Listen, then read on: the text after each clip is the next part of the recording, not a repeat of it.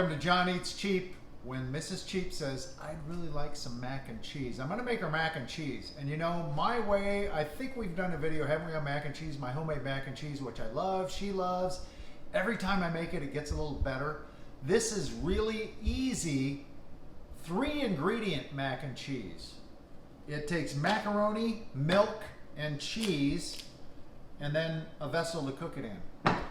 We're gonna try. Haven't tried it yet. We're on the fly, brand new mac and cheese. We'll see if it, it's okay with Mrs. Cheap on this one, with John Eats Cheap. So first thing we do is we're gonna heat up 5 cups of milk. 5 cups. So there's our 5 cups of milk. I'm using whole milk, by the way. I always use whole milk. And we're gonna add a pound of elbow macaroni.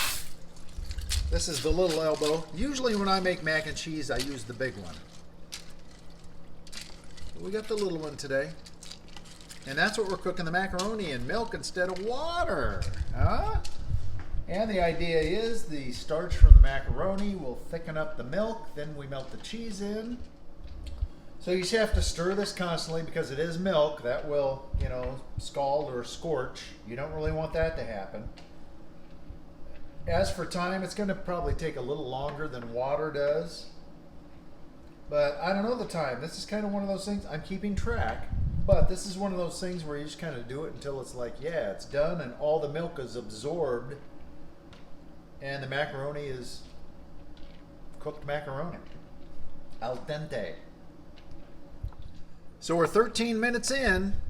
And it's starting to thicken up. The macaroni's getting a little softer. But you know what? We're not boiling it. So it's going to take a little bit longer. We're just going to go until the macaroni gets good and tender and most of this milk is absorbed. All right, we're starting to get close. We're 17 minutes in. I'm thinking it'll probably take about 19 or 20.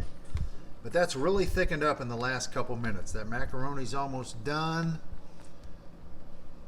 Get ready to add some cheese, but we're just going to keep stirring because now it's up to the boiling point.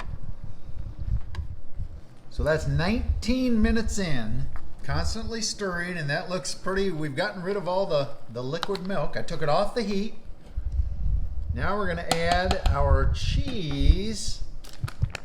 You know what? I'll put in like a little over a cup of extra sharp cheddar.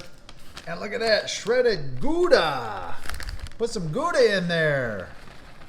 Love that flavor. Added the Gouda and the cheddar. I love adding Gouda. Great flavor. How's it taste? How's it taste? It's pretty tasty. Or Gouda. I'm just mixing that in. I'm going to add a little more of the Gouda. I mean, there's no such thing as too cheesy, right? Might as well add a little cheddar too. Now this is still good and hot, so these will melt. And then we're just going to mix them up. Yeah. And this is 1 pot, remember. That's why we did it this way. 1 pot, you boil the pasta or cook the pasta in the milk. So you don't have to cook the pasta, drain, then do another pot and add all the other stuff. That's melting real well. It's looking cheesy. I think Mrs. Cheap will be happy with this. It smells macaroni and cheesy.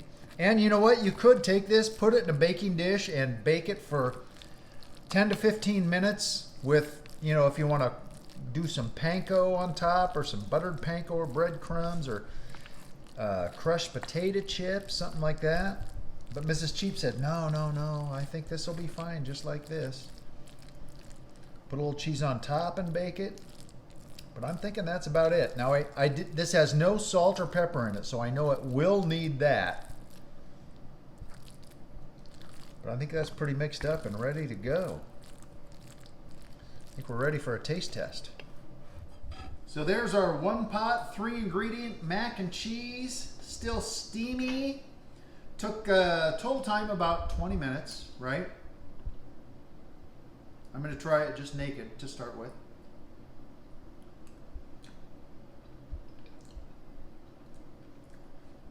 It is better than a Kraft because it has real cheese. It does need salt and pepper. It would be good with a crunch on top. I'm not lying, but that takes a little more time. I think Mrs. Cheap will be happy. Salt and pepper. Wow, that is almost as good as my homemade.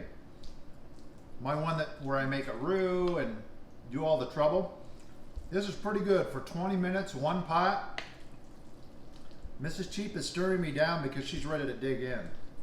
But I give this one a thumbs up. I will give this, and look, it makes a lot. There's going to be a lot of leftovers here. Wait, not quite done. I got to show you how to reheat this because we had a ton of leftovers, which Mrs. Cheap loves. And here's the deal to reheating homemade mac and cheese. As you can see, you know, if you just put this in the microwave, yeah, it'll heat up, but it's not going to do real well. I'm just going to break it up a little bit. And you can add milk. I have a little half and half. That's going to make it extra creamy. You just pour a little bit in there, kind of like that. That's probably, I don't know, a quarter of a cup maybe. And I just got a little bit of leftover cheese. Bottom of the bag, I'm going to throw that on top too. And do this in the microwave. Heat it up until it's nice and, you know, macaroni and cheesy. That's the way you reheat it. So there we go. Added a little half and half. You could use cream or milk, a little bit of extra cheese. Microwaved a couple of minutes in a covered dish. Stirred it up. Another minute and a half. And look at that. There we have tasty, cheesy, homemade mac and cheese, easily reheated. Mrs. Cheap will be happy. Thanks for watching Johnny's Cheap.